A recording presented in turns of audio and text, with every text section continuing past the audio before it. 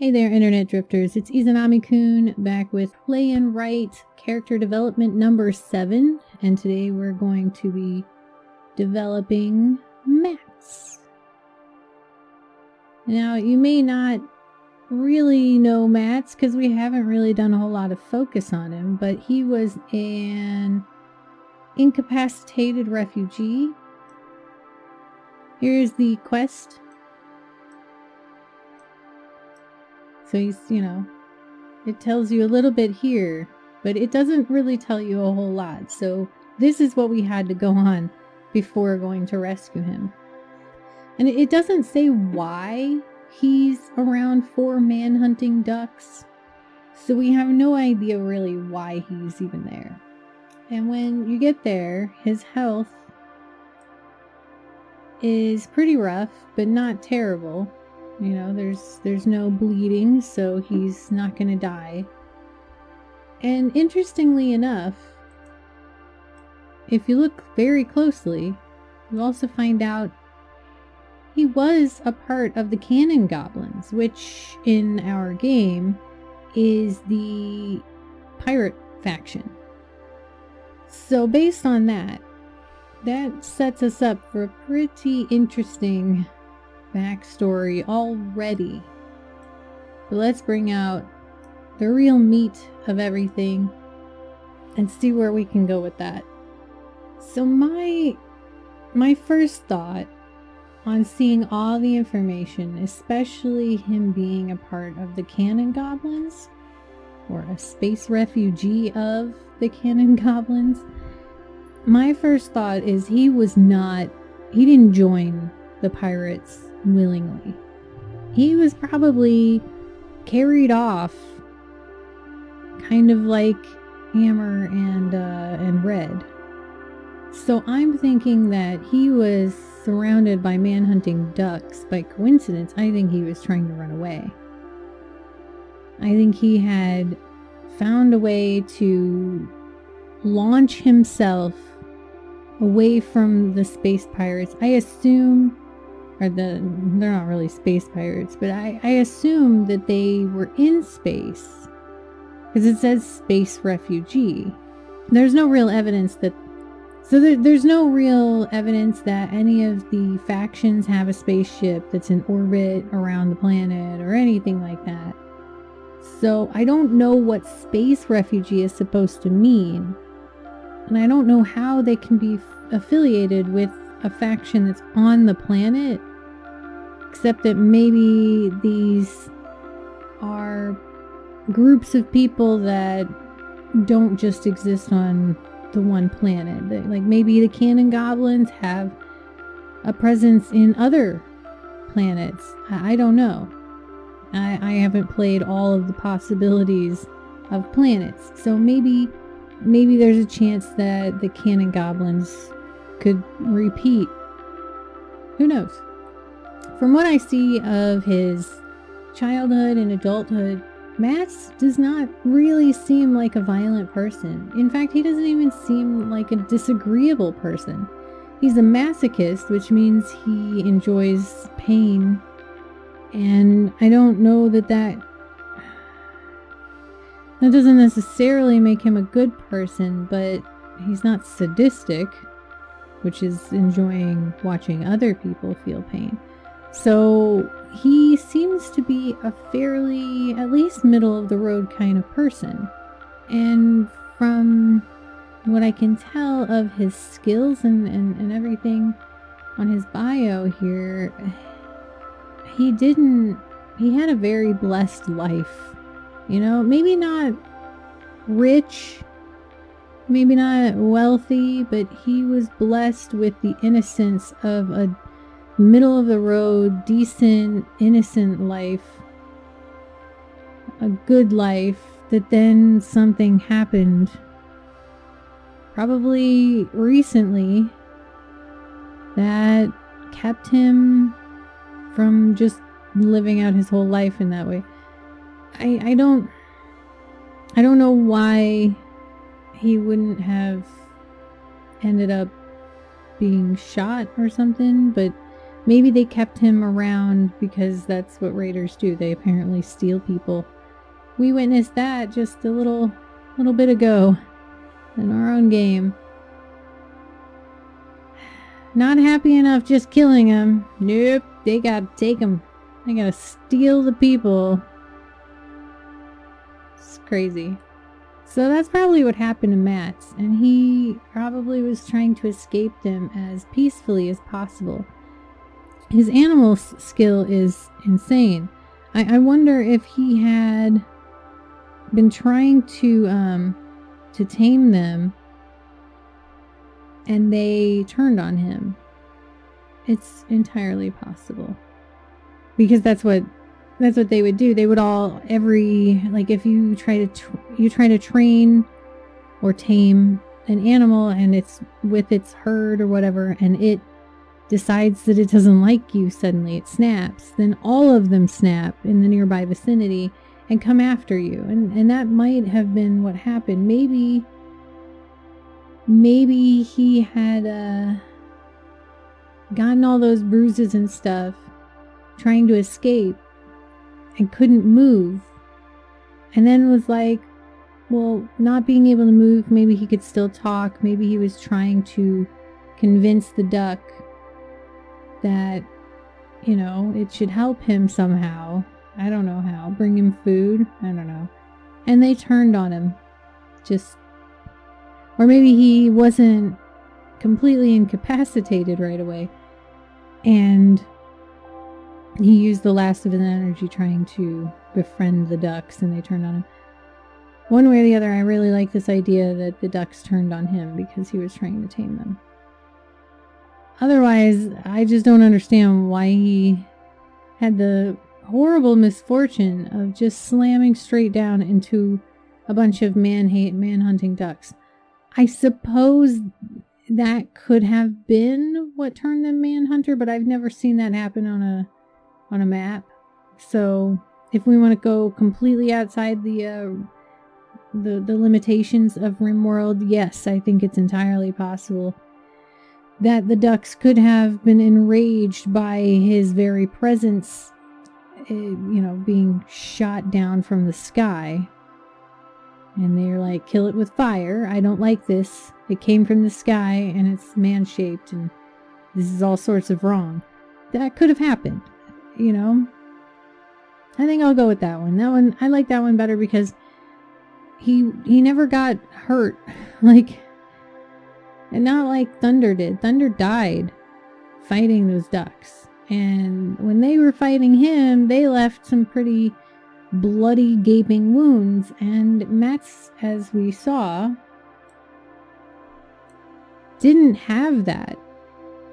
He just had a bunch of cracks and bruises. And while they were pretty extreme, they weren't bleeding. And so they couldn't get infected like Thunder's did. So we're going to come over here and we're going to say he was a shop kid, his childhood, shop kid.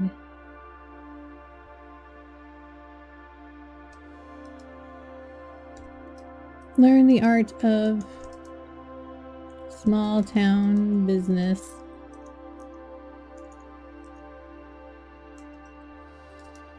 From his family. And maybe they owned a family owned bakery. And it was quaint and, all country like, but he was like, I don't want to do this. This is not what I want to do for a living. So they were probably supportive. So I'm going to say that the family supportive of his choices, and he went to become a housemate, which I assume, I didn't look at what that meant, but I assume that means he was basically just like, I'll do whatever you need me to do. Like, he was just basically a colonist, the average run-of-the-mill colonist.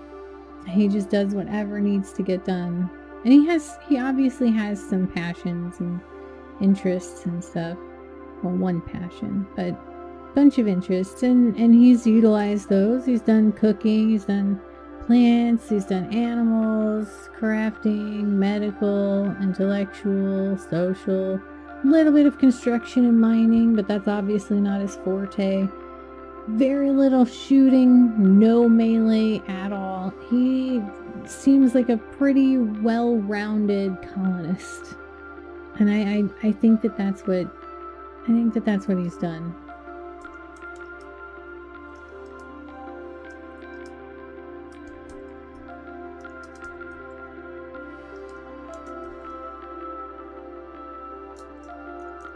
And that was the story of his whole life, up until one day the cannon goblins came to his colony, his village, whatever, and attacked. And obviously they were simple people. They were probably a very small colony that didn't have a whole lot, that didn't really know how to defend themselves.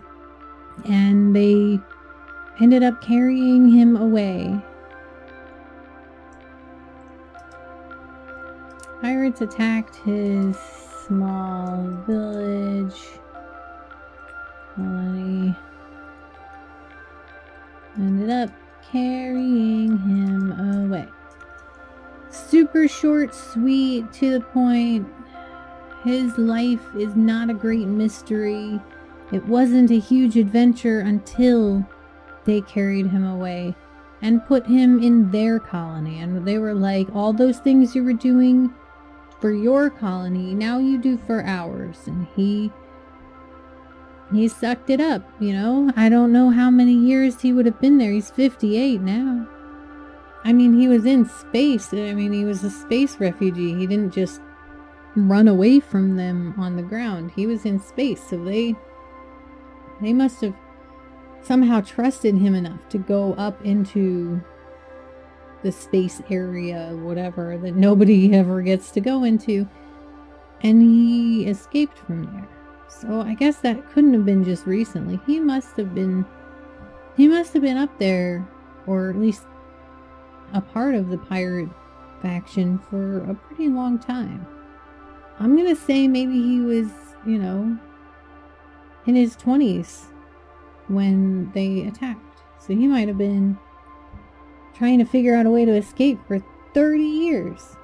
No wonder why he wanted to just immediately join us.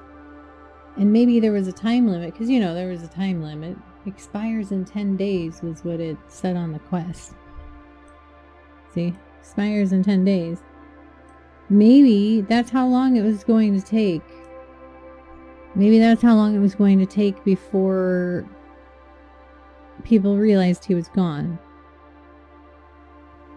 That he had figured something out to where he was in a very low supervised place. I assume with animals, right? Probably taking care of animals, because most of his skill is in animals and medical. So maybe he was like the vet for farm animals. I'm going to say that. Became farm vet for pirate faction. And what about that job would make it to where nobody contacted him or needed him for 10 whole days? I guess he could have gone on vacation, but there's no such thing as vacation here. Although maybe, I mean, that's the best I can come up with, is that he took a 2-week vacation.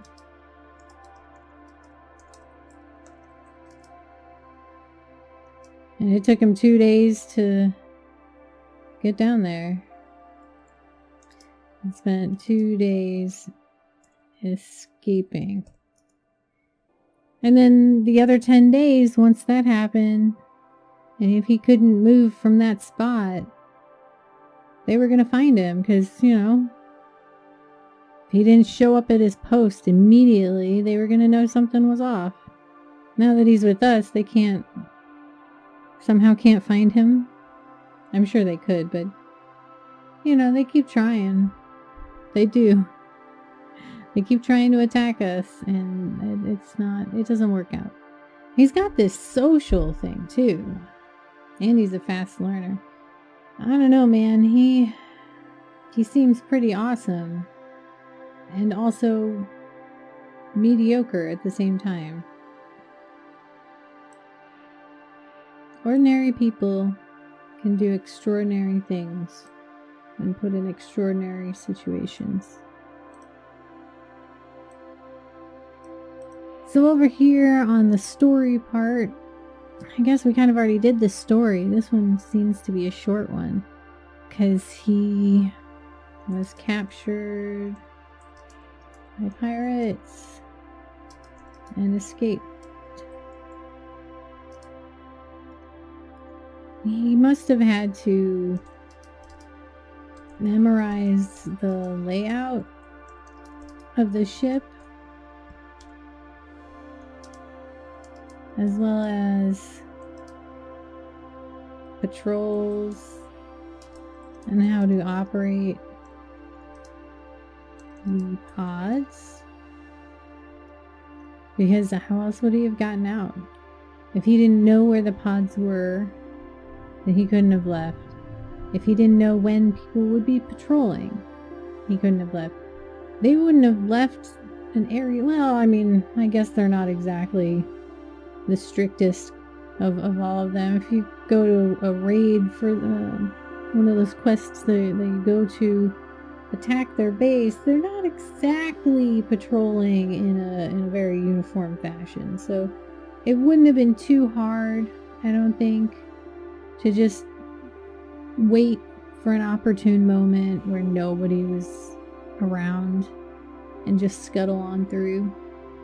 But he probably increased his chances of finding that opportunity by being social with the guards and everything and talking them up about, oh, did you hear about blah blah blah blah blah?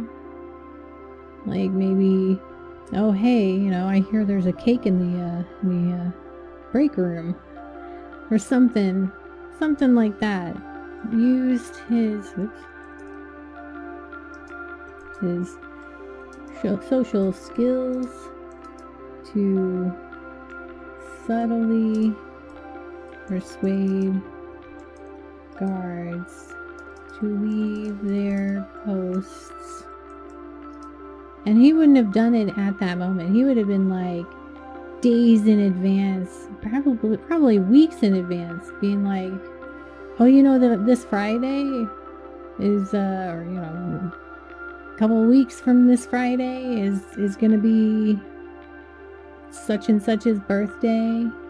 Oh yeah, at this time they're going to have cake and cookies. Oh, you're patrolling then? Oh yeah, that sucks. Well, maybe you could leave, for just pop over for a few minutes. It shouldn't hurt anything, right? Like, nobody's gonna notice. And then boom, you've got a 10-minute window, 15-minute window maybe. And all you have to do is kind of just wait, hide in the shadows a little bit so that nobody sees you waiting. Yeah, I could see that. I could see Matt's being a secret sort of double agent kind of guy. An intellectual. I want to know what research he was. I mean, maybe he was researching on personal time. Maybe that had nothing to do for the colony. But maybe he was researching all of this stuff, like the layout of the ship and the kind of weaponry they had and how to operate the pods. And he must have been really scared the whole time. Just like, this is not my life. Because it was nothing like what he had experienced beforehand. Although, it's not like he was completely innocent. He did have a good 332 years of cryostasis.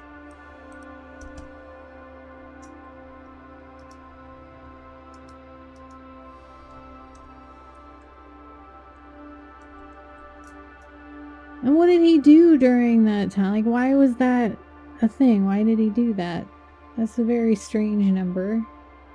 Maybe that's part of the colony helper thing. That maybe he had helped out And maybe a lot of that intellectual came from him helping out and them reaching a point where they could store themselves in cryosleep pods. And maybe he was one of the ones that offered to do that. And their civilization either moved away or just crumbled entirely and left behind some chambers like you see on maps. And the pirates came by and were like, ooh, who's in these? And enslaved them immediately. I mean, that's kind of what we would do if we came across pods. We would open them. If they attacked us, we would attack them back. And either way, they would end up in a jail waiting to be recruited. I sometimes question that practice as whether or not it's actually humane or if it's more piratey, but it'd be really difficult to gain colonists if you didn't do that. So as long as we only do it to people who attack us, although I'll grant you, people who are sleeping and you wake up the bear, like, they're gonna attack you. I don't know what I'd do if that happened. I guess maybe let them go after a time. I don't. Probably not. I'd probably recruit them. Who am I kidding? I like as many people as possible. Well, I know this one was a little short, but Mats is not a complex character. He just had an extraordinary situation thrust on him. And that's really all it is. I'm glad that we have him. He's going to make a fantastic colonist because that's sort of what he's designed to do. And he's really good at social. So I might consider, if we don't need him for any specific thing, he may end up being our new royalty. Probably not, though. He's got too many things that he's good at. Anyway, like if you liked the video. Subscribe if you haven't. Need more subscribers. Check me out on Patreon. Check out my website, easonamikud.com. If you wanted to add the mod to your game, the links are in the description. The links for the music and the attribution for the music are also in the description. And I'll see you guys in the next video.